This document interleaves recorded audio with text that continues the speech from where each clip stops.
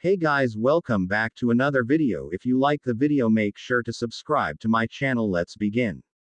Chapter 1. What could have been? The boy had a hole in his chest.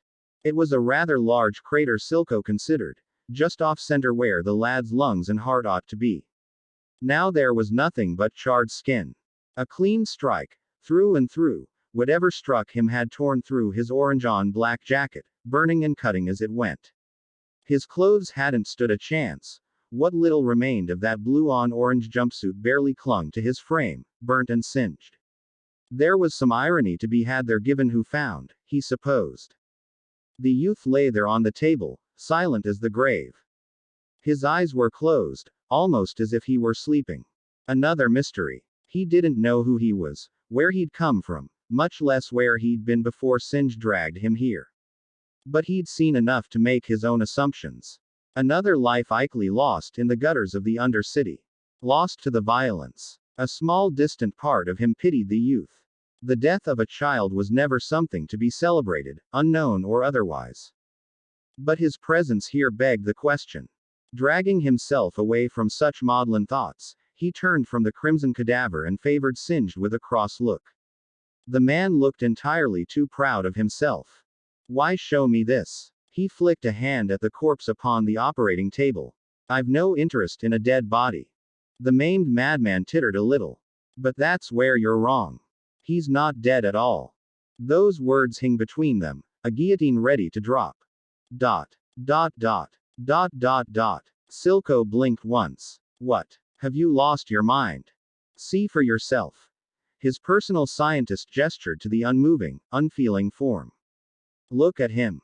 Mismatching eyes swung to the pale, lifeless body. What of it? Nothing special there. I see a corpse. Nothing more. Yes, you do, but this corpse has a pulse. There could be no mistaking the note of glee in his voice. I found him an alley, heart still beating. Silco felt his neck creak, such was the force with which he rounded on him. On a whim he reached down and touched a hand to the boy's wrist, pressing his thumb to the vein there. Sure enough, he felt a reedy thump in response. His hand snapped back as if he'd been burned. That shouldn't be. Impossible. He hissed the word like a curse. He's dead as dirt with that hole in him. Even a blind man could see that. He can't have a pulse. But he does. Behind that mask, he couldn't see Singed's face, but his good eye crinkled as he smiled. He may appear dead, but he's quite alive. He just needs a little kick. Silco didn't much like the sound of that. Before he could think to ask what the devil Singed was on about, the masked man reached past him and snatched up a large syringe. A familiar violet fluid lay within. Shimmer. In a single seamless movement, the scientist slotted it into the blonde's arm. His thumb came down on the stopper and pressed it. The fluid slithered down the injector and into his bloodstream. What are you doing? He snatched his wrist, hauling him away. We don't have enough shimmer to waste on the dead. Singed only smiled. Wait and see. Silco released him and reluctantly complied. Sure enough, his curiosity was rewarded in due time. As he looked on aghast, vicious violet veins scrawled across the boy's body. His eyes burst open with a grasp, giving him a glimpse of wild blue eyes. Then were lost to him, rolling in the youth's head as he thrashed furiously upon the table. His restraints snapped like so much rotten rope, sending metal buckles flying in every direction. One of them grazed Silco's cheek as it hurtled past and slammed into a nearby wall. From there, the chemical must have awoken something in the boy, stirred it at the very least. Because his incredible injury began to mend. Time spun backwards as red light crept up from the strange tattoo etched into his stomach and crawled over the hole in his chest. The boy's body spasmed on the table anew with a wordless cry.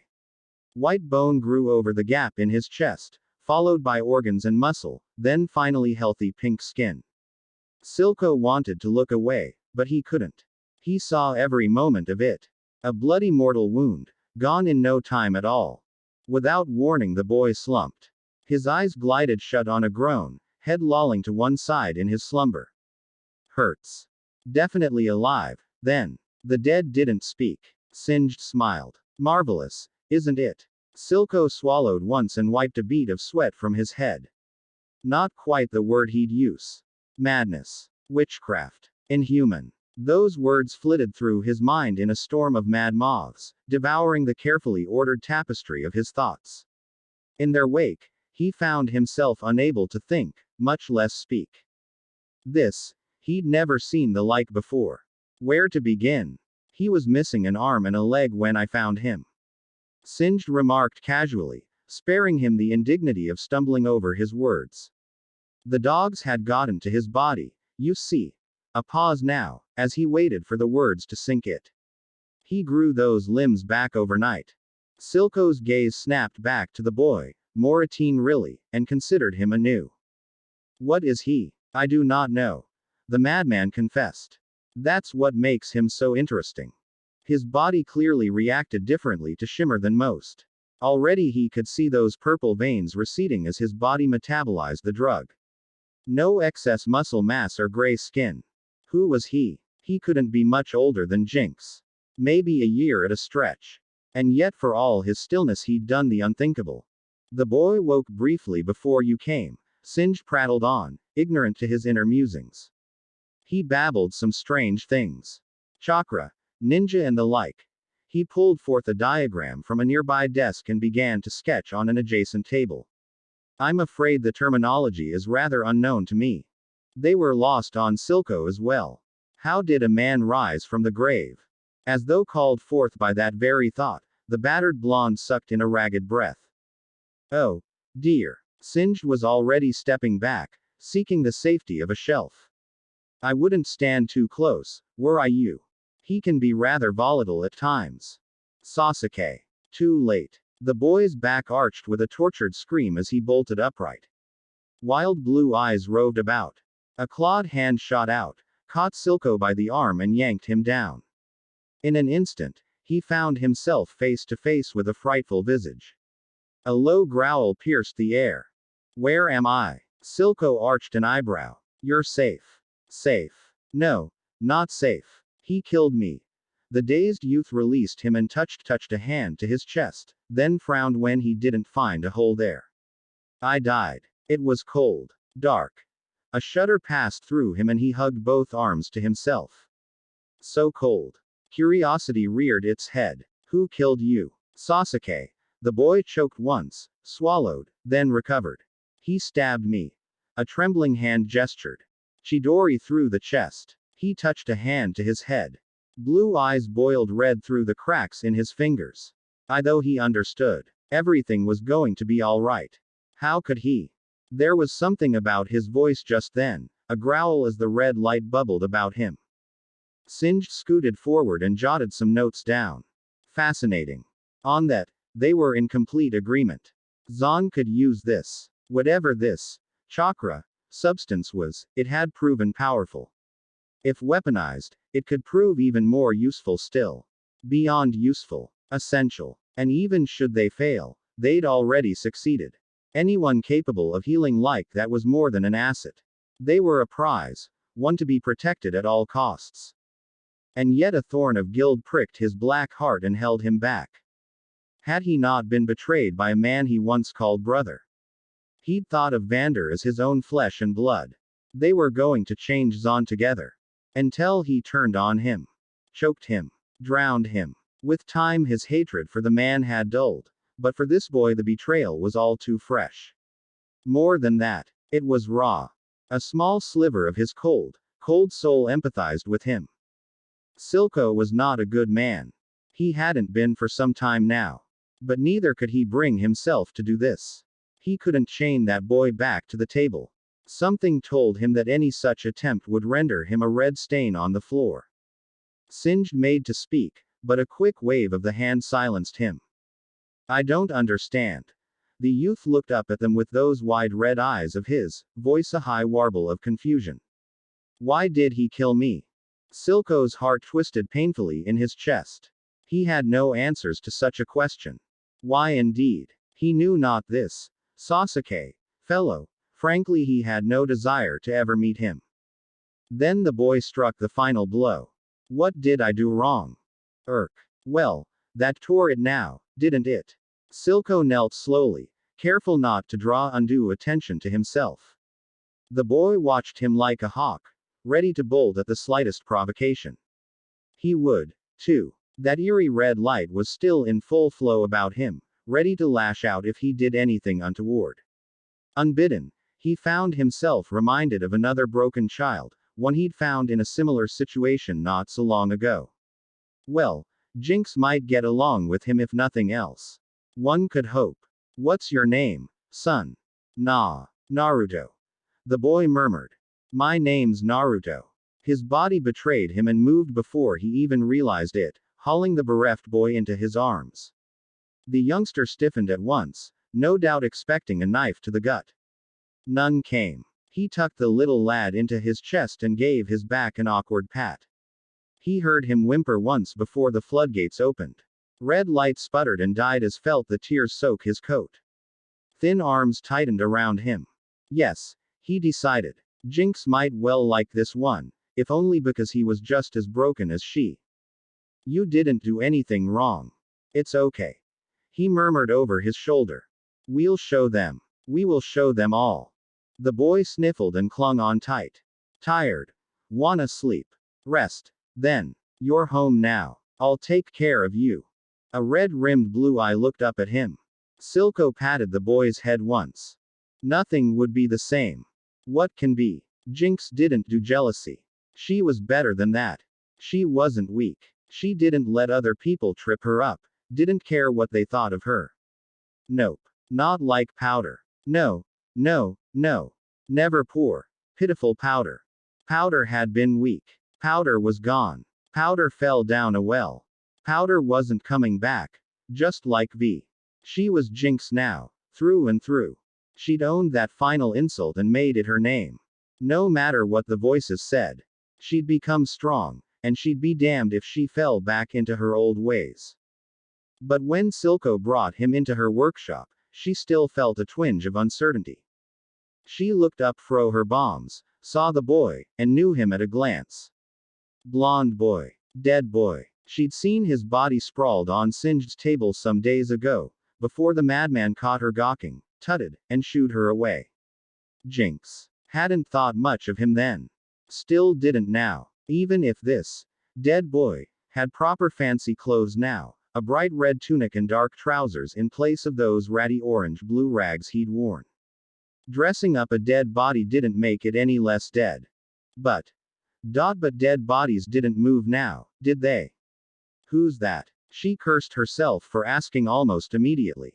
She didn't want to know his name. Knowing it would make him reel. Fear hit her like a baseball bat. Who was he? Why was he here? Was she being replaced? No. Silco wouldn't do that to her. He cared. Didn't he? He had to. He must. Right. Uncertainty burrowed its way into her heart like worms. Wriggling. Rotten, gnawing worms. She could feel them gnawing her resolve down to nothing. Spurred by her hesitation, the voices started to whisper again. Useless. Her teeth clenched. Stop it. Shut up. Weak. She shook her head, blue braids flailing. Going to replace you. Wild eyes flitted left, then right now, seeking an escape. Calm down, Jinx. Some of her anxiety must have shown through, because he raised a hand to forestall an outburst. This isn't what it looks like, I assure you. Yeah. Then what is he? She kicked a boot against one of her toys, sending it skittering off the propeller and into the chasm below. It struck something and detonated, briefly bathing them in a shower of pink light. 'Cause it looks like, her head tilted, teeth bared in a snarl, is you found a replacement. His name is Naruto. Silco's scarred face creased in a worn smile as he interrupted her. Go on. Now. He gave the boy whiskers. Her mind conjured the nickname, a nudge between the shoulders, spurring him forward as one might a skittish animal. I had hoped that the two of you might come to an understanding. What? With him? Whiskers looked like shit. As if reading that very thought, the boy flicked an anxious look at her. Jinx found herself mirroring it, huffing a little in anger as she hugged her arms close to herself. Who was he? Dead people should stay dead. Like the rest. Dead was dead. even if she still heard their voices. Don't need an understanding. She raised a hand to fiddle with the goggles on her forehead. Why's he here? Because her foster father looked her dead in the eye. Like you, he too knows the sting of betrayal. Jinx fought down a shiver. You did this. Her past howled at her in a cascade of white noise. All your fault. Because you're a Jinx. She flinched and clutched her head. No. Don't think about it. Accident. It was an accident. Not her fault. Didn't mean to. I'll leave the two of you to get acquainted. With one last lingering look, Silco retreated. As he did, she caught the ghost of a smile on his face. Play nice. The door closed, sealing them in. Naruto didn't look at her. An old wound itched in Jinx's heart. Sue. She scuffed a black boot against the floor. What did he mean by that?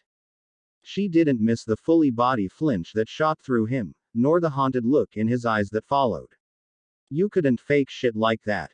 Frowning, she strode forward and pinched his cheek. You deaf or something? The boy squawked and caught her wrist. Hey. Silence passed between them. Well, my best friend stabbed me.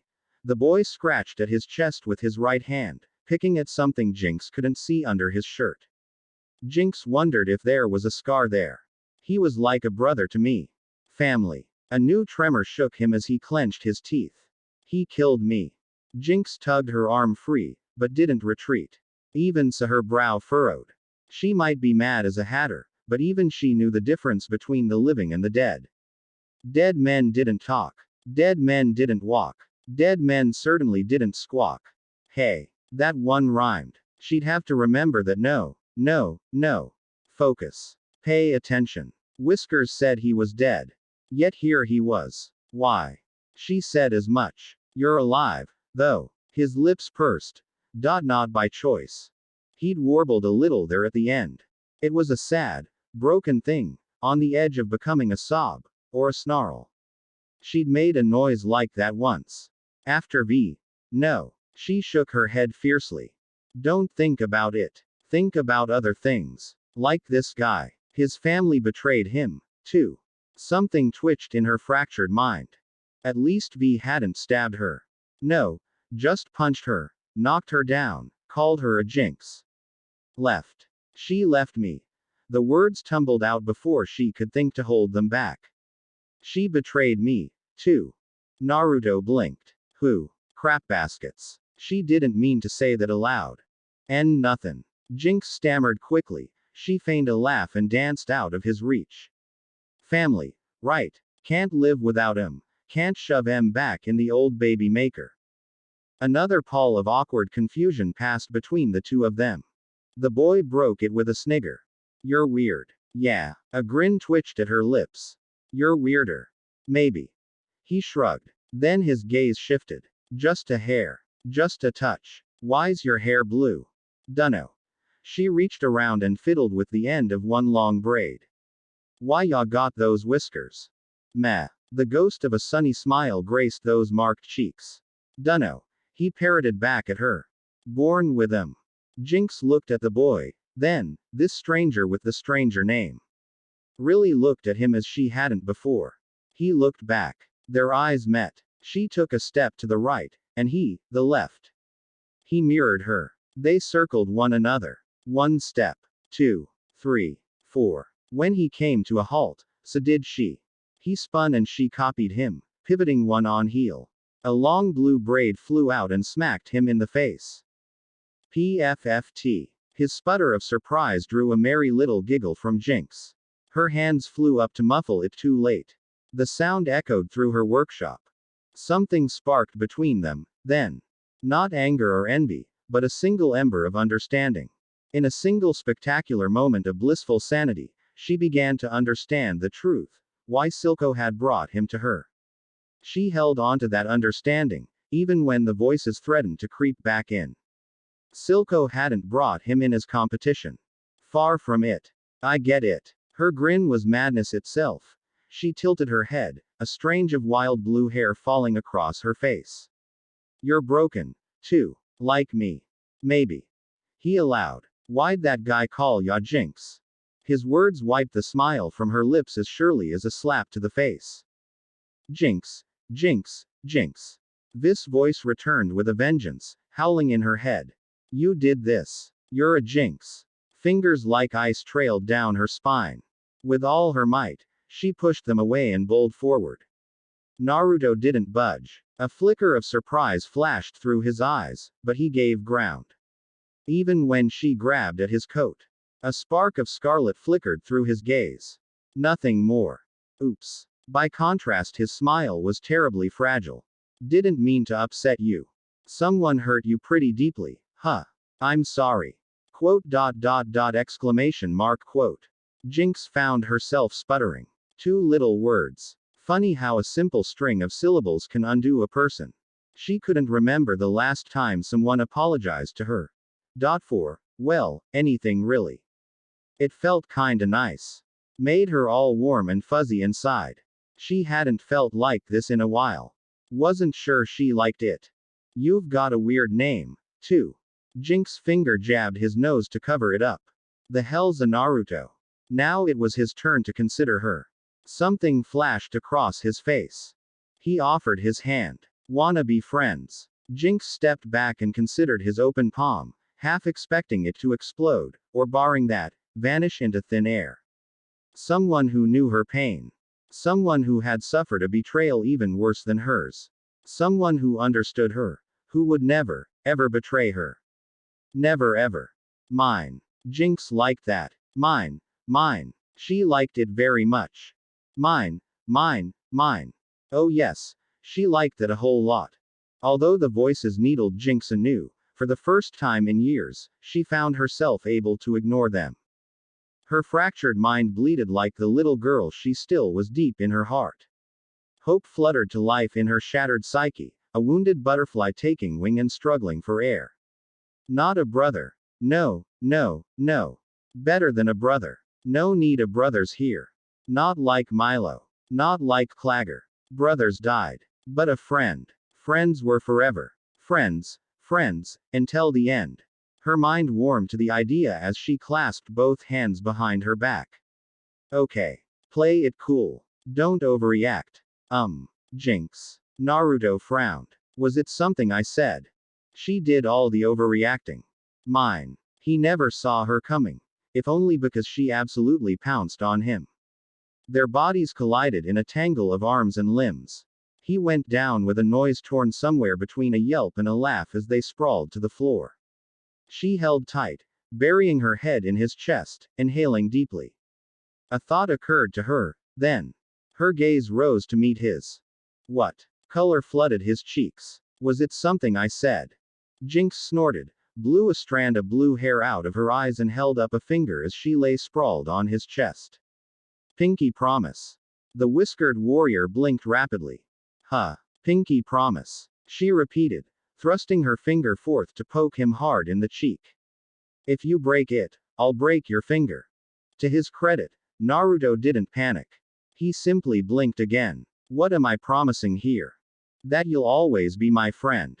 Jinx bowled forward, forehead kissing his. No matter what, you have to promise. Or, she scowled and pinched his cheek. Or I won't talk to you anymore. What? Is that all? All right. Naruto rolled his eyes yet still hooked his finger with hers. Yeah, you're fine just the way you are. Liar, pants on fire. Hey. She giggled when yanked her forward and gave her a crushing hug. Okay, I'll stop. Her legs flailed. Lemme go. Nope. He sang back. You're my new bestie better than the restie. A merry little sigh escaped Jinx as she held on tight. Wanna see how I make my bombs? Naruto perked up. What kinda bombs? It was a match made in hell. 0.0.0.0. Sevika looked up from her drink as the door eased open.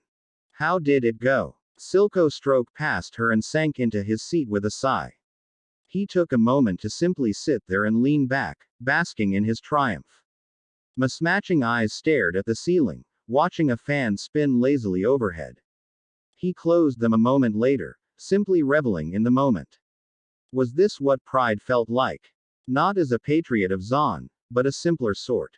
The pride of a pleased father. He'd not experienced the like before. He hadn't lingered over long in Jinx's workshop, but he'd caught the sounds echoing up from it all the same. You see, Silco had heard laughter of two children, followed by the sound of a great many explosions. He'd not heard Jinx laugh like that in quite some time. That was victory enough for him. Well, that and another matter.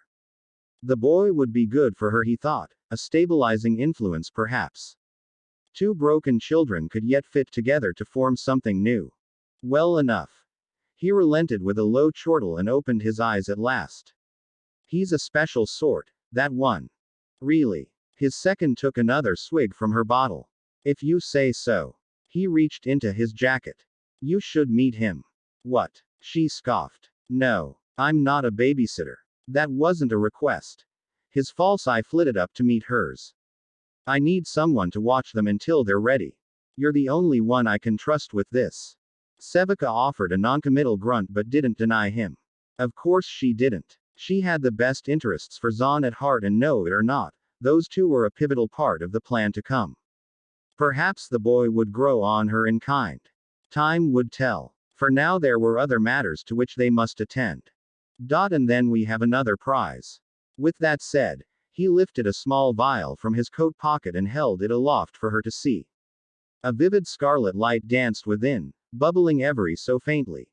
What is that? Sevika leaned forward to peer at it in turn. The light danced in her eyes.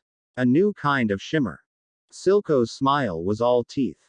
No, not shimmer. And so the years flowed by like wind. Ever onward. Ever upward. What will be? Interlude. Fire in the hole. Merry laughter swelled through the workshop. Naruto knew that tone far too well by now to ignore it. Much less what came after. A rueful smile tugged at his lips as he whirled away from his workbench. A swift kick knocked it down, scattering its contents to form a crude barricade of sorts between him and impending doom. From there he slapped both hands over his ears, then ducked for cover behind it. On a whim he squeezed his eyes shut for good measure. Wouldn't do to go blind for a half a day again. Even with both hands clamped down, he heard a harsh flick. He had time enough to suck in a quick breath. Then all hell broke loose. Scarlet and pink fire in the chasm like some fell flower, as two elements became one. He could see it in his mind's eye. It surged upward in a pillar of light to pierce the very heavens themselves, burning bright white in the night to sear even against his closed retina. A moment passed. Then another. Another. Now. At the count of 9 opened his eyes, coughed a little, and leaned out over the workshop to witness the aftermath.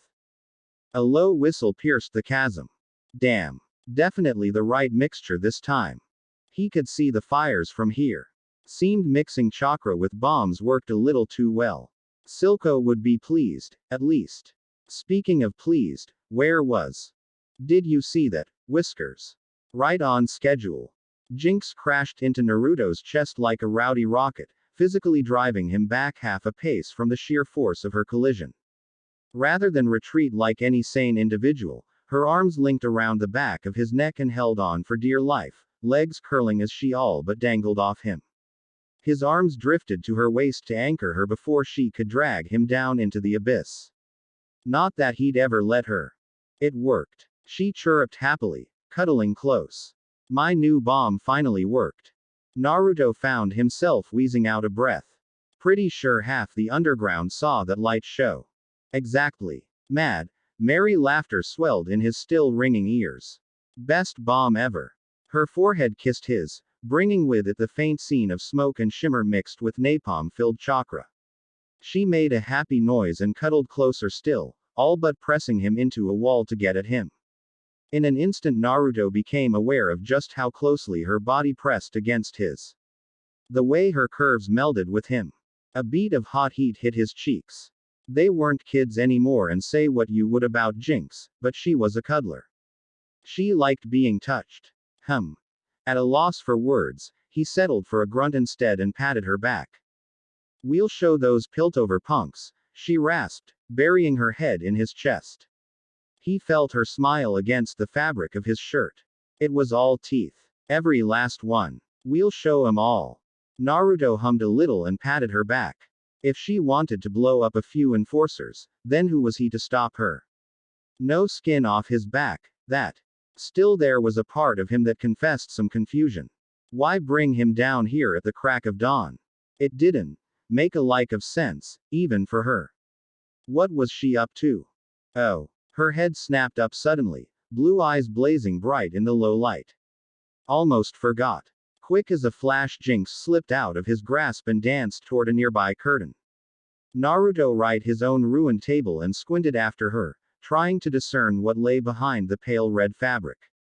He failed. Whatever it was, she'd hidden it well, which really meant something considering how abysmal she was when it came to hide and seek. Here goes. Pale hands closed around the worn fabric, her lips curling in a grin of pure joy. Happy 17th birthday, big guy. Confusion morphed into understand, leaving him somewhat taken aback. Wait, is that today? Jinx tore the cloth back with a flourish, sending it fluttering down into the chasm as she laughed.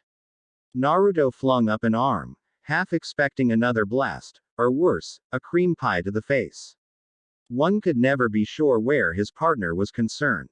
When no such thing came, he dared to creak an eye open. Slowly, gradually, he lowered his arm. He heard a soft click as she fiddled with the lights. A spotlight snapped on, illuminating her gift in all its glory. Naruto's his jaw parted with an audible click. Is that what I think it is? Up. Jinx crossed both arms behind her back and stepped aside, allowing him to view her gift in all its glory. So, whatcha think? Jinx was known for three things: bombs, mischief, and mad inventions. This was clearly the latter. Was it any wonder then, that she'd make something like this for him? It wasn't terribly large. If anything, it was rather compact, if forged from dark blue on red scrap metal. He could see where she'd scrawled graffiti onto it, and a big pink heart carved near the knuckles etched overtly likeness of a fox baring its teeth in a snarl. Typical Jinx. She really did love her motifs. There was something worked into the knuckles, likely meant to channel force forward, but for what purpose he knew not. Naruto stepped forward to admire it, then lifted the strange hand from its pedestal. Words failed him. It's an explosion gauntlet. Silly. Jinx popped her head over his shoulder as though this answer were the most obvious thing in the world. You like to punch things, and I like bombs. So, here ya go. When he didn't immediately respond, she barreled on. You're always making that sphere thingy in your right hand, so I didn't wanna mess with that, but I can make you another one if you want. Her words trailed off as he held his tongue. Quote. Jinx dithered. You don't like it, do you? He felt her pull away, then heard her kick at something in the background. I'm sorry. Her voice faltered, sounding very much like a little girl. I'm only good at making stuff that blows up and I thought you'd like it. She hiccuped. I'll do better next time, I promise. Panic bleated in Naruto's heart. No, no, no. None of that. Coward. He ignored the voice, whirled and caught her by the wrist before she could bolt, but only just. A quick tug reeled her into his arms. The gauntlet struck the floor at his feet with a harsh thunk, but still he held tight, unflinching, even when she began to squirm. Jinx put up a token resistance at best. He'd found that she enjoyed hugs, no matter the occasion. Whiskers. Her voice rose in a threadbare whispers. Hey. Ow. She grimaced a little when he squeezed her. Not so tight. I'm not mad. He pulled back, took her by the chin when she tried to look away, and thumbed her face up to his. I just didn't know what to say. And this. A quick kick launched the gauntlet into the air, allowing it to smack down into an open palm. I love it. No one's ever given me a gift like this. You love me too, right? Jinx stammered up at him. You won't leave me, right? You made a pinky promise. Times like these reminded him just how fragile she was. In many ways Jinx was a stronger person than she'd been before. But in others she was so much weaker. She relied on him, depended on him, just as he did her. Naruto didn't mind. Nothing wrong with a little weakness. They could be weak together. He sat down with a sigh. Jinx plonked down in his lap. Her forehead touched his. So, you're really not mad. A blonde brow quirked. Do I look angry to you? All right. You do love me. She kissed his forehead, babbling the words. I know you do. Even though I'm different. Don't change. Please. Promise me you'll never change. He wiggled his little finger at her. Already promised. Remember. She laughed and hugged him tight. Help me put this thing on. Her eyes lit up and the fear evaporated. In no time at all she helped him slide the gauntlet on and secure the straps. It was the work of mere moments. From there, Jinx helped him to his feet, steadied him, then gave him a slap on the back. Give her a whirl. Naruto hefted his new gauntlet. Blue eyes flicked to the nearest solid surface. With a roar, he drove his fist deep into the cavern wall. He felt something click in his gauntlet. And there was fire. 0.0.0.0. Silco did not fear monsters. He acknowledged their existence, of course. Only a fool would willingly deny the danger before them, but he still didn't fear them. After all, there was a monster inside of everyone. He knew this truth better than most. He was raising two little monsters after all. He'd taken in two broken children and taught them to accept who they were, jagged edges and all. They were what the Undercity made them. Together they would show Piltover what real monsters were. They would show them all. A lone finger drummed restlessly against the desk as he considered Singe's latest report. Neither good nor bad, that. Jinx was. Not stable per se, she could never truly be after her sister's horrid betrayal, but there could be no denying that she'd made great strides. She was better now, still mad as a hatter, but less erratic. She hadn't suffered a hallucination in months. A marked improvement. Naruto was good for her in that regard, just as she was good for him. And then there was the matter of this chakra substance. Someone knocked on his door, cutting that thought short. He looked up from his papers. Enter. Naruto poked his head in, covered in soot, grinning from ear to ear, as he always did. Hey, Pops, you got a sec? Not really, but the boy had no way of knowing that. I have a little time. Silco favored him with a small smile in return as the boy eased the door shut behind him. He was strong now, carrying himself with confidence in place of all the sadness and sorrow he'd shown all those years ago. Was this what pride felt like? Not for himself or his plans, but pride in someone else. He rather liked it. Idly he noticed the gauntlet the boy now wore. He quirked a brow at it, recognizing his daughter's handiwork. Jinx had been busy for his birthday, it seemed. I take it she gave you your gift. Naruto's smile faltered. Yeah, might have blown up a few things. And the bomb. The boy told him his news. Excellent. Now then, he dipped a hand into one drawer. I have something for you as well. You'll receive it later tonight. His wayward warrior blinked. What is it? A faint smile. Ever curious, this one. Come now, that would ruin the surprise.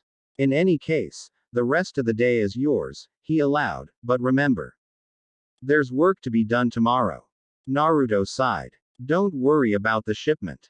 Jinx and I won't let anyone touch it. His left eye fixed on him, waiting for his response. And if the firelights interfere? Naruto tilted his head an inch to the right. What about them? So damn proud. Unleash the beast. How could you do this? It was coming for her. I trusted you. She could feel it, see it, sense it. The monster was hunting her, stalking her through the night. Teeth gone sharp and eyes glowing red. She tried to run, tried to get away, but she couldn't. The beast was bigger than her, faster than her, stronger. It rode her down and tackled her, grabbed her by the shoulders and screamed in her face, all anger and wrath and crows. Teeth and crows. They swarmed around her, buffeting her face, filling her vision, until all she could see was those eyes. Those awful red eyes. Jinx. It howled at her. All your fault. Blue eyes snapped open, wide and bloodshot.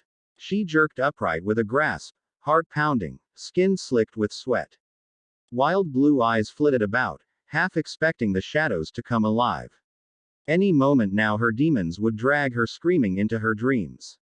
A tiny shiver shook her shoulders, spurring a soft hiccup from her lips.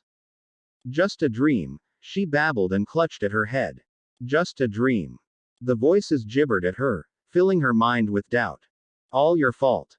All your fault. Shut up. She bit her lip until she tasted blood and the acrid tang of shimmer. The pain centered her, if only for a moment. They never did. They never would. Jinx. A faint noise at her side had her turning. Naruto slept peacefully beside her, sprawled out in their shared cot, dead to the world. Just looking at him was enough to quiet her fears. She reached out and gave him a nudge. Whiskers. No response. Jinx scowled. Hey, Naruto. He continued to snore away unabated. She reached out and tweaked his cheek. Hey. An angry snort greeted her, accompanied by a jaw-popping yawn. Wuzza. Some of her terror must have shown through on her face, because he blinked quickly. Comprehension dawned, followed by understanding. He sat up and propped himself up on an elbow. A rough hand pawed at his eyes to brush the cobwebs away. He blinked again. Once, twice, thrice now. And then, just like always, he opened his arms to her.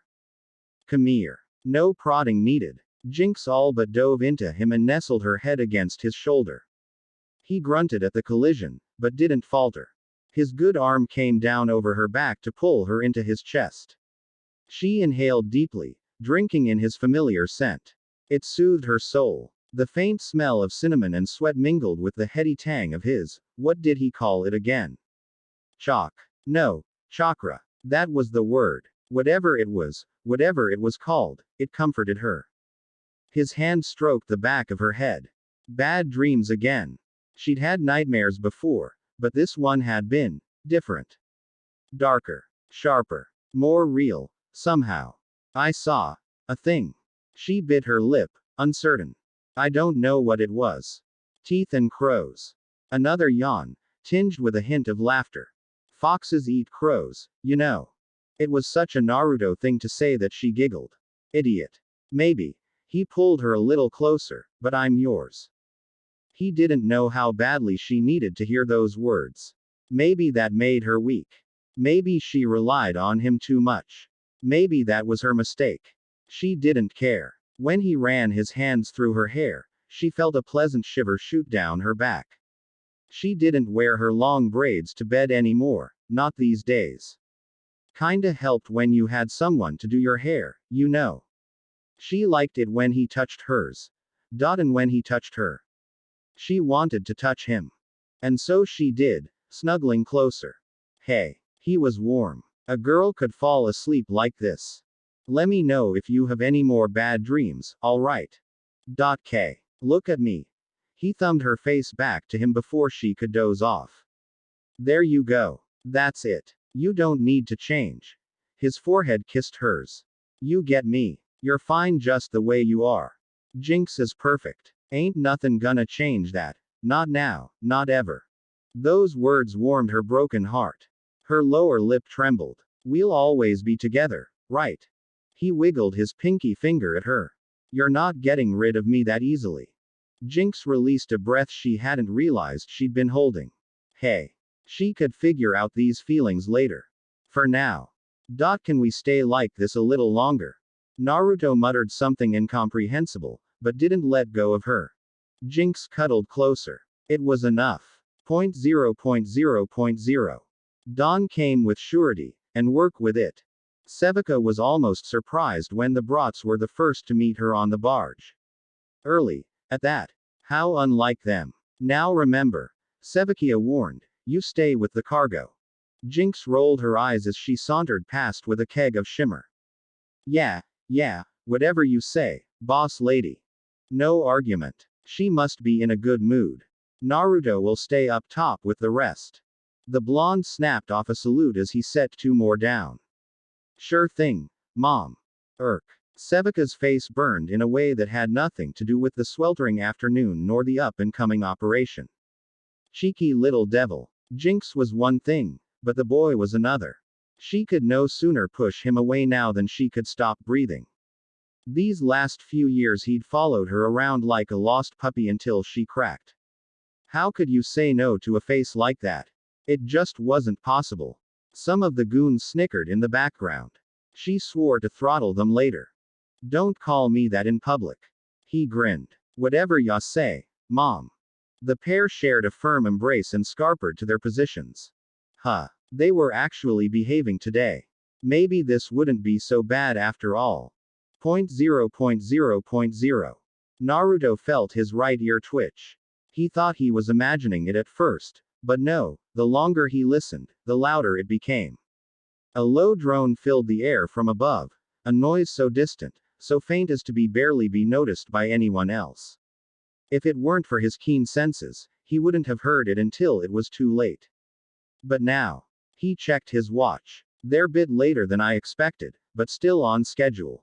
A small, rueful smile graced his face as he went about his work. Firelights. Just like Silco said. No way they'd ignore a shipment like this. It was too large a target, too juicy to let be. They were going to attack in force. With each passing second he heard the low rotating whine of their boards growing louder. And yet, for all that, he felt no fear. Why? Because they'd planned for this. Blue eyes rose and caught Sevika's across the way. She quirked a brow and he nodded, flicking two fingers toward the front and the back of the ship. She didn't question him. Never did. Hey, Mom was the best. She might act surly in public, but in private, she was one big softie. Now was not such a time. Show time, people. Sevika's artificial arms swept up as she whistled. We've got bogeys incoming.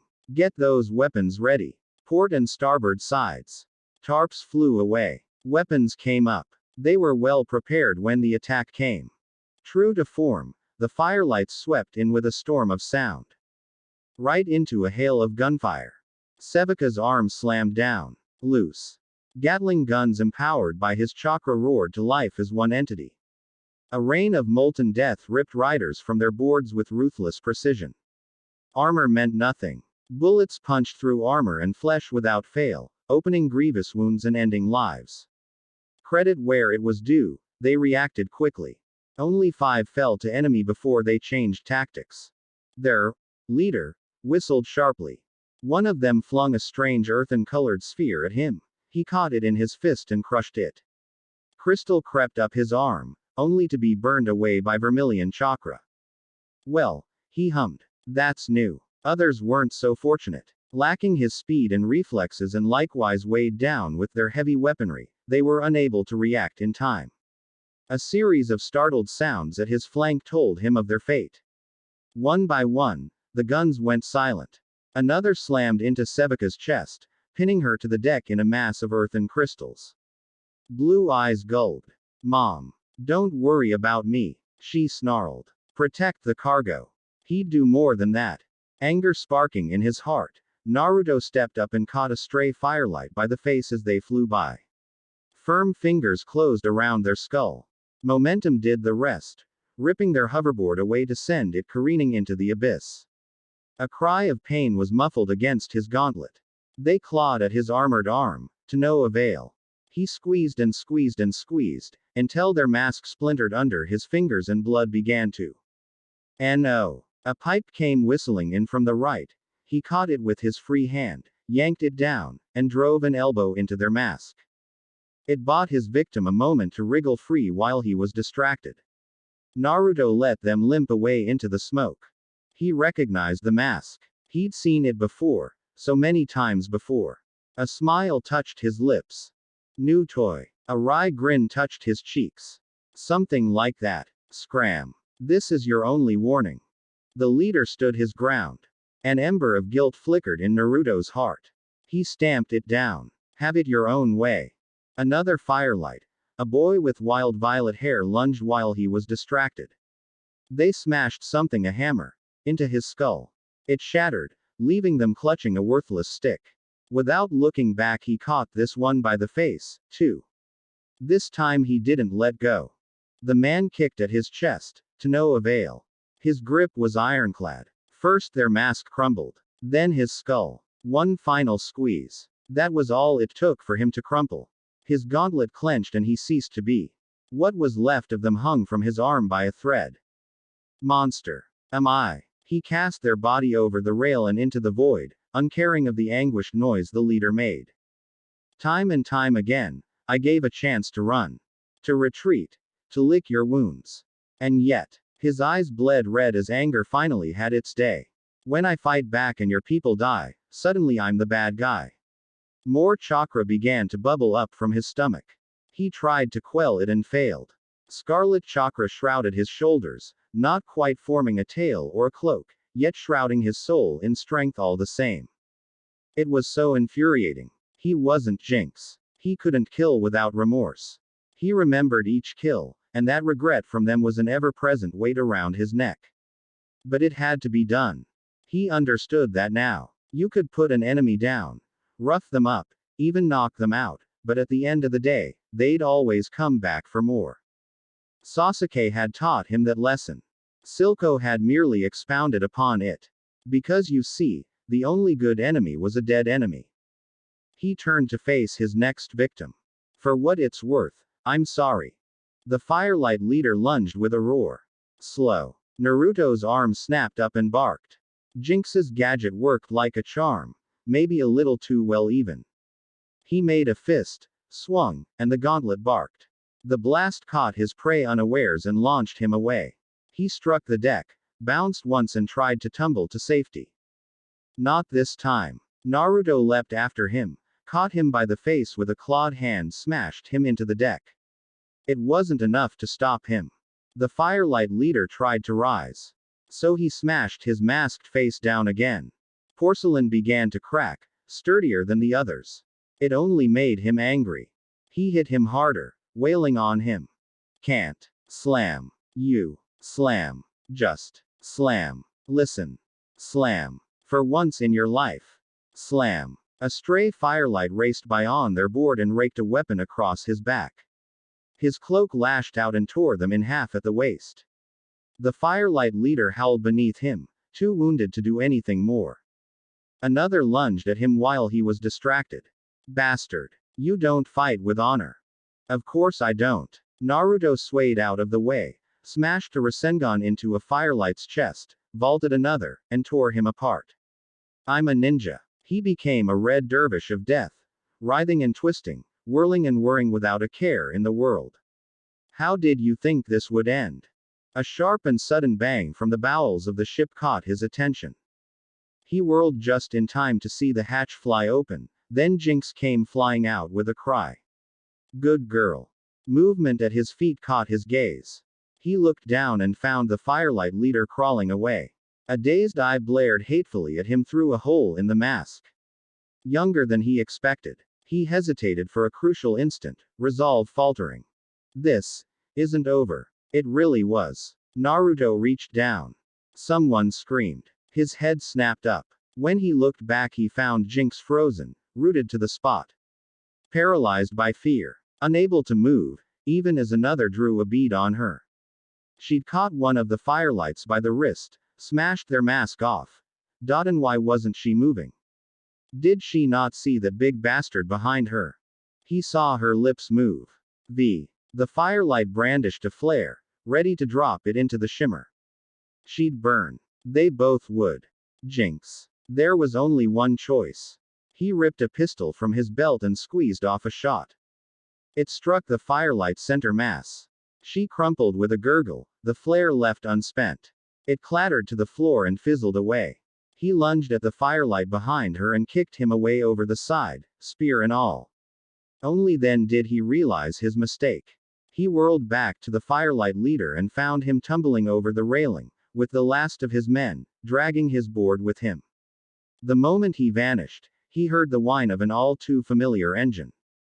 Damn it. Get back here. He hastened to the side, poised himself to leap down after them. And paused. They were gone. Only morning mist remained. Naruto sagged back with an angry oath. Failure. But was it really? They'd protected the shipment. Even now he could hear the sounds of crystals shattering, of Sebeka Mom, and the rest breaking free of their bindings. Not a single barrel of shimmer had spilled, and the corpses of their enemies lay sprawled about. No alarms rang. No enforcers came running. It was, by all accounts, a clear victory. And yet, Jinx stomped up to him, hauled him back from the rail, and snatched at his wrist, heedless of the fading chakra boiling around it. Why did you do that? Naruto blinked, taken aback. Do what? That was. No one. He walked over to the girl, nudged her with a boot and rolled them over. Glassy eyes stared back. See, we've never met her before. Her face. Jinx didn't seem to hear him, eyes gone wide. It was her face. I saw it. His brow furrowed. Whose face? My sister. No. She clutched at her face and shook her head. Stop it. Shut up. Though he said nothing, she batted his hand away when he reached for her. Powder isn't here anymore. Powder's gone. Powder fell down a well. Jinx, calm down. You're all right. You're safe. She crumpled to her knees and wept. All my fault. All my fault. 0.0.0.0. What happened? Naruto stood his ground under Silco's gaze. Jinx didn't. She growled and looked away. Sevika already told you. Silco leaned back in his chair, unruffled behind his desk. I'm asking you, Jinx. She physically flinched as if she'd been struck. One of those firelight wackos was a girl. With pink hair. Silco palmed his face. Now it was Naruto's turn to wince. Understanding dawned, and it wasn't at all a pleasant one. He watched the proceedings and felt like an intruder, an outside party bearing witness to something he shouldn't have. But to leave now would devastate Jinx. And so he stood his ground, holding his tongue as they began to bicker. Your sister's gone. Silco spoke before he could. You know that as well as I do. Why, yeah. She snatched a pen off his desk and fiddled with it, twirling it between her fingers. Can't live with him. Can't stuff him back in the OL baby maker, right? Silco didn't rise to the bait. Losing that shipment would have set us back weeks. We were fortunate that Naruto was there with you. I get it, all right. Jinx kicked at the floor, shattering a board with her strength. I screwed up. It won't happen again. I know. His expression sobered. You should focus on your gadgetry. Take some time. Jinx huffed. I don't need time. Take it anyhow. A web of complicated emotions flashed across Jinx's face. Shock, sorrow, betrayal. Her fists clenched at her sides, and for an awful moment, Naruto feared she might fly into a rage. She didn't. Instead she whirled, braids flying. One smacked him in the face and stalked toward the door. She ripped it open, nearly tearing from its hinges. Bright blue eyes glared back at them, brimming with tears. Fine. The door slammed with a deafening back. Naruto waited until her footsteps had fully receded. Only then did he dare speak. She gonna be alright. She will. He sounded so certain. She just needs some time. He hoped so. But he wasn't willing to let the matter rest so easily as she. Silco leaned back in his chair and steeped his fingers. You have something to say. Naruto dithered for a moment, kicked one foot against a rotten floorboard and marshaled his courage. Is her sister really dead? His mentor blinked once. It was a testament to their familial relationship that Silco didn't simply order him out then and there, much less snap at him for his sudden insolence. He stood his ground. Silco respected that. Enough to lower his guard and offer him the eyedropper on his desk. To the best of my knowledge, yes. He didn't flinch as he brought the tool just over his damaged eye. Marcus assured me that he killed her with his own 2 hands. Naruto nodded once, squinting a little as he lined up the needle within. I don't like that one. He's slippery. He has his uses. The blonde quieted his heart and squeezed the trigger. Silco grunted once and doubled over with a gasp as he injected the much-needed medicine. A moment passed between the two of them, between father and son as Silco collected himself. A single violet tear ran the length of Silco's cheek, dripping from his blackened iris.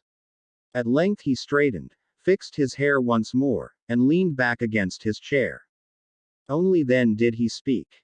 Why the sudden curiosity? Do you know something? He didn't. But he suspected. It's just. When his gaze met his, Naruto refused to back down. Instead, he pursed his lips. I've just got a bad feeling about this. I wanna talk to him. I'll arrange a meeting. He waved a hand. Let me know if his story deviates from what he's told me. The agreement startled him. Just like that. I thought you'd disagree with me. Trust your instincts, boy. They've not steered you wrong before. He cracked a smile. Thanks, Dad. Silco coughed once but didn't deny him. Nor his words. Naruto permitted himself a vindictive little thrill. Hey, got him. An idea struck Silco. Then, he saw it in his father's face, the slight widening of his good eye. These clones of yours. How many can you create? Naruto's smile was positively contagious. As many as you need. Why? Just a thought. His fingers drummed across the desk. I may need you for an operation 3 days from now. Well, that didn't sound ominous at all. They preferred to keep his abilities hidden, the better to keep Piltover off balance. But if Silco wanted him to use his gifts openly for once, it meant their timeline had moved up. If they'd lost today's shipment, things might have been set back weeks. But they hadn't. And now things were advancing, the cause marching relentlessly onward. The thought warmed him. Is there anything else? A pause, considering his words. No. Naruto gave a nod and turned to leave. All right. I'll be going. Then. Son. A pleasant little thrill shot down his spine. He paused and looked back. Yeah. Silco met his gaze intently. Look after her. The ghost of a smile touched his face. Always will. 0.0.0.0. Naruto found her. Of course he found her. Jinx didn't expect any less of him. He always knew where to find her when she was down. When she felt weak, tiny, helpless and small. Maybe it was magic. It might be some sixth sense of his, fine-tuned just for her sake. She liked that idea. To be honest, she didn't know, and truth be told, she didn't really care how he managed it.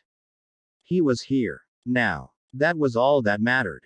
She heard the heavy clomp of his boots against the metal floor, a steady thud-thud-thud as he neared her hidey hole. In her mind's eye she imagined the lively beat of some great drum pounding away in her ears. Almost brought a smile to her face, that. He doesn't care about you. Her smile faded. Shut up. What do you know? Come on, Jinx. Naruto's voice cut through the static. Why are ya sulking? We kicked ass today. Quote. He was trying to get a rise out her, to make her respond and reveal herself.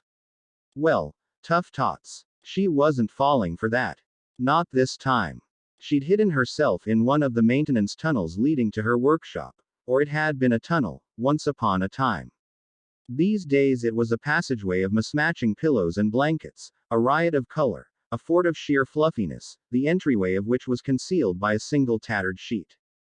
They'd built it together. It was her own little refuge, a quiet place tucked away from the world where she went when it felt like everything wanted to hurt her. And right now, it felt the entire universe was pressing down around her ears. He'll leave you. Piss off. Pesky voices. What? Nothing to say. She heard him smack his lips with an audible pop as he wandered their workshop. You can't get rid of me that easily. His footsteps came close. Closer. Closest still. His shadow lingered just beyond the sheet. Yup. He definitely knew where she was. Blast him. She squirmed backwards too late. A hand swept under the worn fabric and lifted it, careful not to tear the ruined sheet further. Bright blue eyes beamed back at her, framed by a cheeky smile. Hello, clever girl. Despite her best efforts, Jinx felt a faint heat bloom in her face. Clever girl. His nickname for her. He only ever used it when she was at her wit's end. She certainly felt like it now. He saw her indecision and winked at her. Room for one more under there. Jinx scooted aside and he joined her in the ruined fort. The moment he did, Jinx felt her resolve crumble. Her body betrayed her. She found herself leaning into him. Her forehead kissed his shoulder. An arm came down around her waist and pulled her close. She reveled in it, embracing the simple warmth his body offered her. They sat like that in companionable silence for some time, content to just sit and be. And then, wanna talk about it? She huffed. No. All right. Her lips pursed, forming a thin line hard enough to bruise. He thinks I'm weak. She half expected him to argue, to say that she was wrong. All she received was silence. Terrible, awful silence. It dragged on and her thoughts went with it, spiraling down, down, down into something ugly. Did he think the same? And no. Of course not. He wouldn't do that, would he? Jinx rounded on him. I'm not weak. She wasn't prepared for his smile. This one was different than the others. It had an impish air to it, his inner prankster peeking out behind the glass of his eyes. Never said you were. His grin deepened, becoming pure teeth. Let's show him how strong you are. All her fears burned away to ash. Really? Yup. Come on. I've got an idea. 0.0.0.0. It was a rather nice explosion, Naruto thought. Below him, he could hear the screams as the fairground burned. It was a decent distraction. Some enforcers would die because of Jinx's trap, but no innocents. No children. The guards would rush down there, blissfully unaware of what they'd done. What they'd taken. But they would know. Sooner or later. Because of him. Because of her. People had died tonight. There could be no turning back from this. He hardened his heart to them and kept walking. Whiskers. Let him burn. Jinx. A shimmering red eye glared over his shoulder, the eye of a beast. It's no longer our concern. He held the blazing blue gemstone in his offhand, held it up before his eye, considering it. We got what we came for. His fist closed around it. MMK. She squeezed his hand and skipped on ahead. Best date ever. Naruto nearly missed a step and stumbled. Date. Well, duh. She winked over her shoulder. What did you think this was? A rueful sigh escaped him. Hardly what one would consider a date, this. Then he paused. Considered her anew. Frowned. Because you see, Jinx had paused too. She was looking back at him now.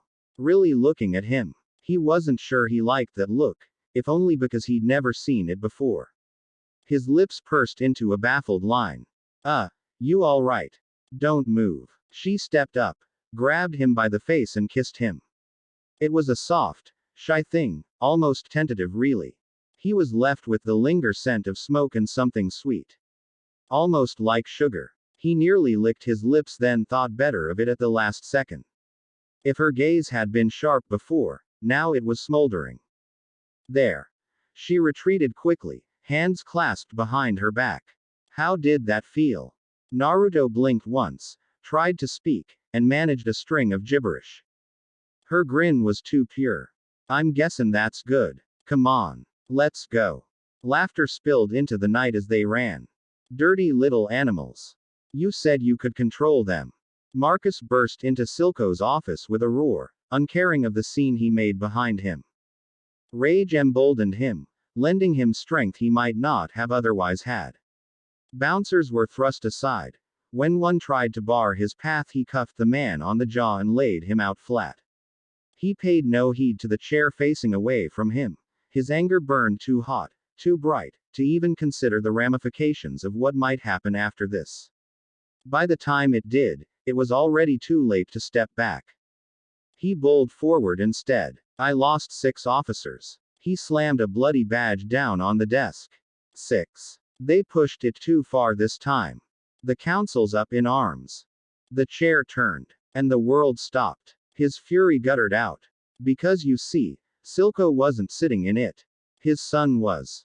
Sit down, Marcus. Naruto swept a hand to the seat opposite him. We have a lot to discuss. He squared his shoulders. I'll do no such thing. A hand hit his shoulder from behind. It wasn't a request. Marcus made the mistake of looking back, then. A familiar face smiled at him. Wait, why were there 2 of him now? No. Not important. This man and that little floozy of his had killed 6 enforcers. There must be blood for this. Anything less would spit on the memory of those brave men and women. You're a monster. He tried to surge upright, only for those strange copies to hold him back by the shoulders. Those were my enforcers. They were good men and women. Fathers, mothers, sons, daughters. And we killed them. I make no excuses for it. Naruto bobbed his head, contrition flashing across his face. It's not something I'm proud of. I think my team would have been ashamed to see what I've become. Friends. I'm speaking in the past tense, of course. He held up a finger, and as Marcus looked on, a tiny blue sphere sparked to life upon the outstretched digit. It danced there, a candle in the wind before he blew it out. But while we're on the topic, let's talk about yours, shall we? Marcus gnashed his teeth, clinging onto his anger even as it slipped. I'm afraid I don't understand. Naruto rolled his eyes. Of course you don't. Silco knows about this. He's the one who gave me permission to set up this little meeting in the first place. A pause as he regarded him. Granted, that was before last night's incursion, but still. Let's lay our cards on the table. Clasping both hands before him, the blonde leaned back in his borrowed chair, reclining like some long-lost king. I have a few questions for you. You're going to answer them. And if I refuse, we don't need to be enemies, Marcus. A hand drummed against the desk. Tell me what I want to know, and I'll be on my way. His gaze strayed into the shadows, half expecting that crazy girl to leap out. When she didn't, he gulped. Where is she? Jinx is occupied. Naruto's smile was thin, and likely breaking the news to the old man. 0.0.0.0. Half a dozen enforcers dead. Enforcers dead. Jinx grinned. Yeah, a building blown to pieces. Her head bobbed. Yup. Did that. Do you have any idea what you've done? Actually, Jinx held up her prized gemstone. I do. Look what we got. All of Silco's anger withered away. 0.0.0.0. But enough about her. Let's talk about you. It was the way he said those words that chilled Marcus. Not the delivery, rather a lack thereof. No fear. No hesitation. Cold confidence personified. A statement of neither anger nor rage, but rather simple disappointment, as though he'd somehow expected more of him and been left wanting. Why did you do it? A seed of fear sprouted in the sheriff's heart. This was going to end poorly, wasn't it? Do what? Your father needs me.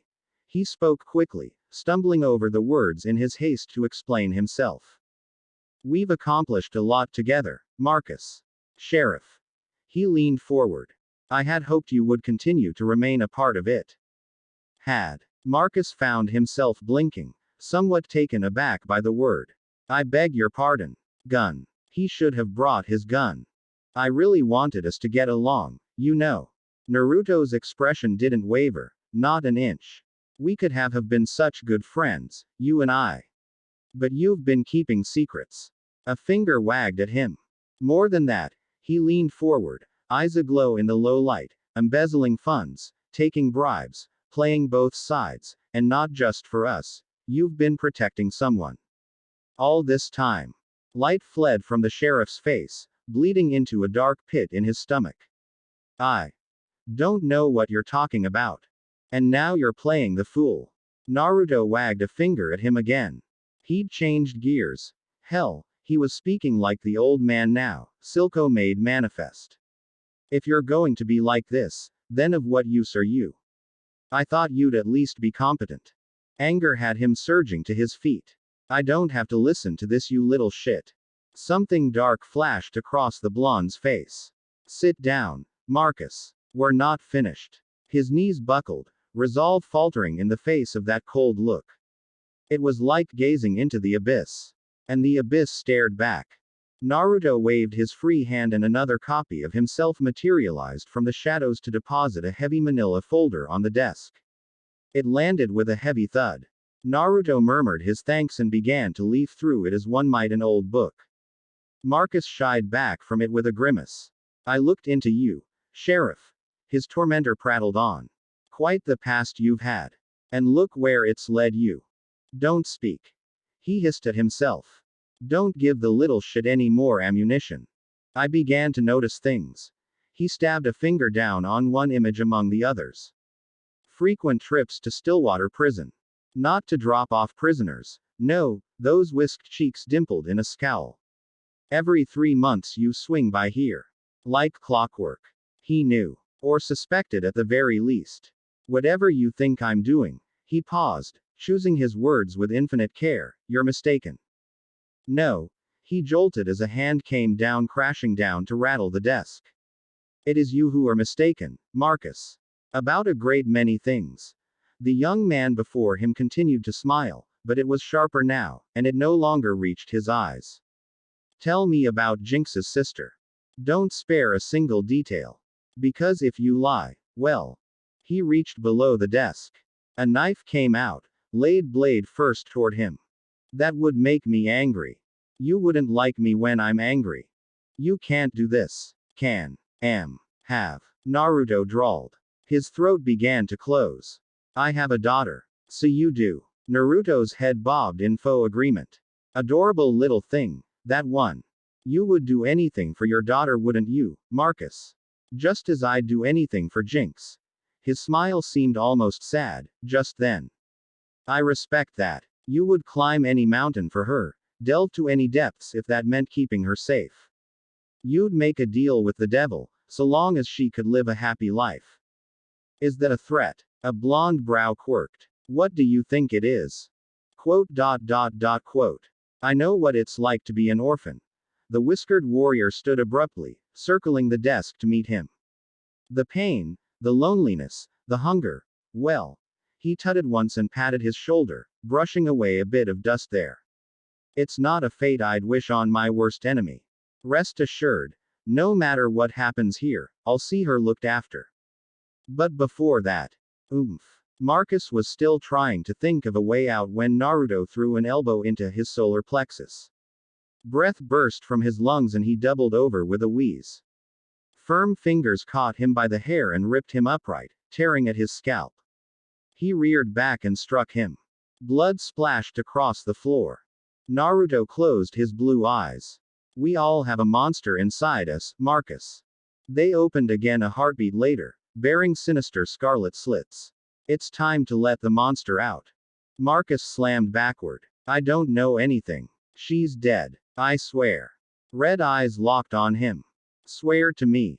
0.0.0.0. Caitlin considered the web of red strings before her. It was all connected somehow. The raid, the attack, the theft of the jewel. She was a Karaman. She would persevere. She would find a way. It was all she knew. Realization dawned. The firelights. Silco. Were they the key to this? And if so, how to find the firelights?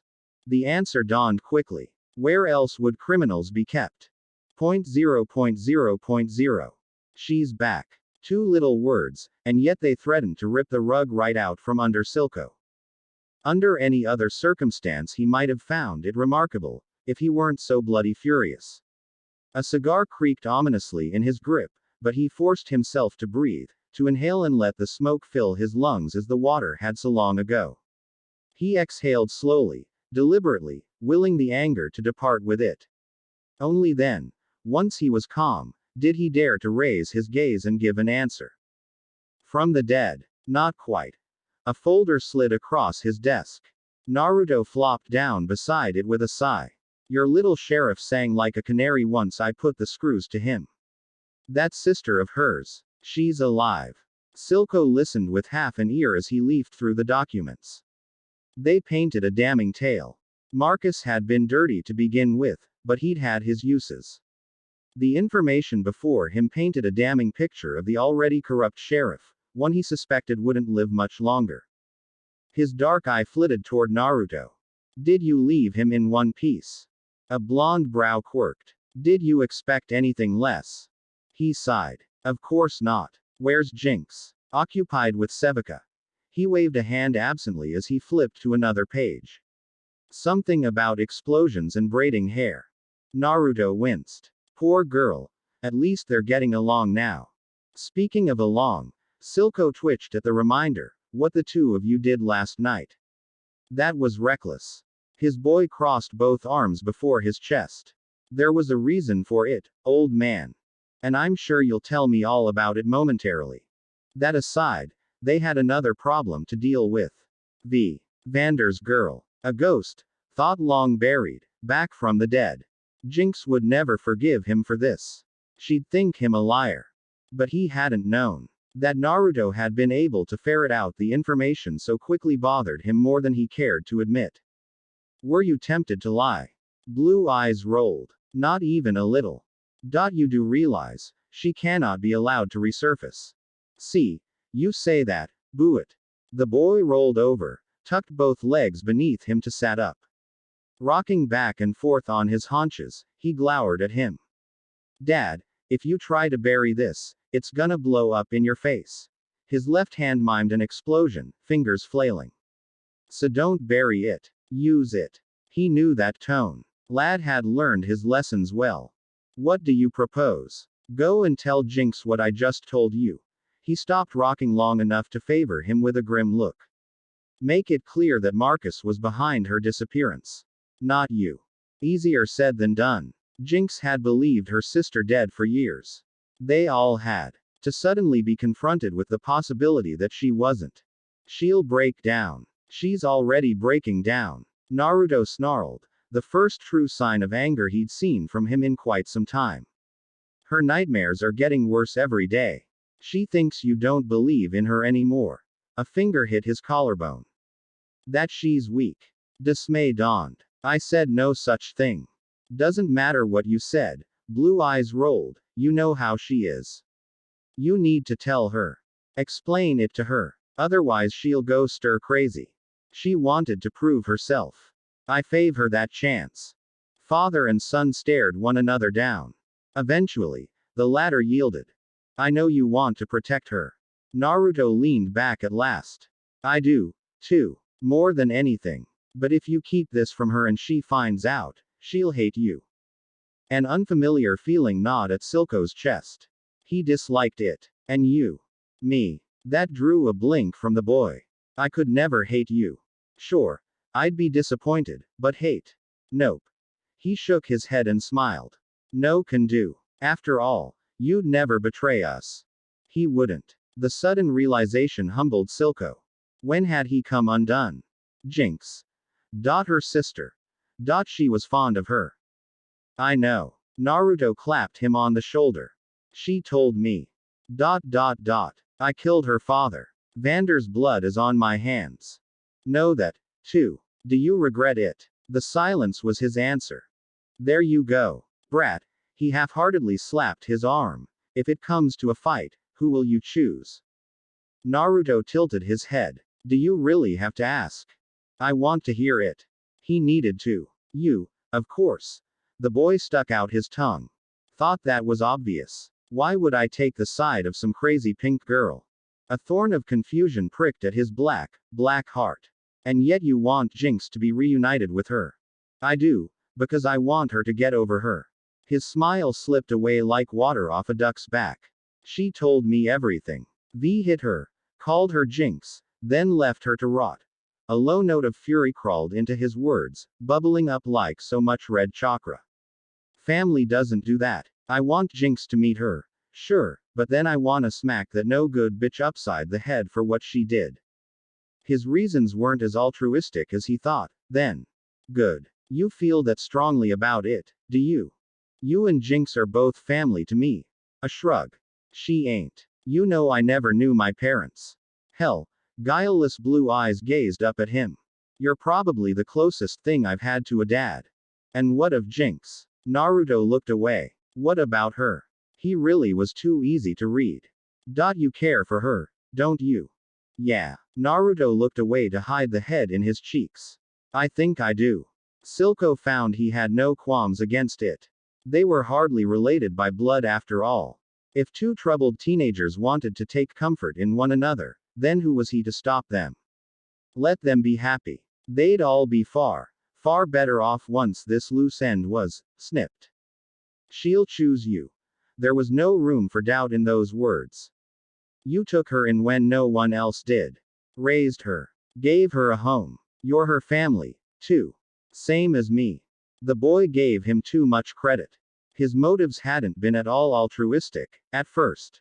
Now, things had changed. He sighed. I started the chain of events that led to her losing everything in the first place. Maybe so. But you're a better man, now. You feel guilt. That makes you good. He really wasn't. Softer. Weaker. More prone to sentiment perhaps. Only a few years ago he would have scoffed at the very notion of it all. Really, raising 2 children. Only a fool would do such. Love was a weakness, chains to hold one back. Now, just like that, the onus of choice was in his hands. He planted a palm on his head with a sigh. I'll tell her. The hope in Naruto's eyes was almost too painful for him to behold. Great. After I see her myself. His son scowled. You won't try to kill her. No. And he wouldn't. But he wasn't above having a few words with her. Convincing her to stay behind bars, warning her of what her fate would be should she ever dare venture beyond them. After all, whose side would Jinx take? Her family, or that of some madwoman in a cell? He wanted to believe he knew the answer. He really did. Good. Naruto hopped off the desk, grinning from ear to ear. I'm going with you. Who's going where with what, now? Silco's soul stilled. Naruto craned his neck with a forlorn sigh. Both saw Jinx, now poking her head through the doorway as a curious child might. Guileless blue eye blinked back at them as she raised a glass of water to her lips. Silco wanted to believe it was water, but the faint scent of whiskey said otherwise. I thought you were out with Sevica. Yeah, but some guy barged into the last drop. Said there was a big prison break in Stillwater. She drained the glass and flung it over her shoulder, leaving it to shatter over a wall. Firelights and stuff. Though you'd want to know. Don't we got people in there? Silco's blood ran cold as an ice flow. Come again. Dunno. Some Karaman lady caused it. That a big name or something? Silco and Naruto exchanged a glance, sharing the same thought, the same emotion, in an instant. Wait a minute. You were talking about something else, weren't you? Jinx whimpered like the little girl she wasn't. You wouldn't lie to me, right? Silco bit down on a snarl. Blast that girl's sister. How could one brat cause so many problems? Come here. Naruto waved her forward. There's something we need to tell you. Jinx stepped into his arms without hesitation and nuzzled close. All right. She beamed at him. I'm listenin'. Whatcha got? The words that followed would break her heart. Thank you.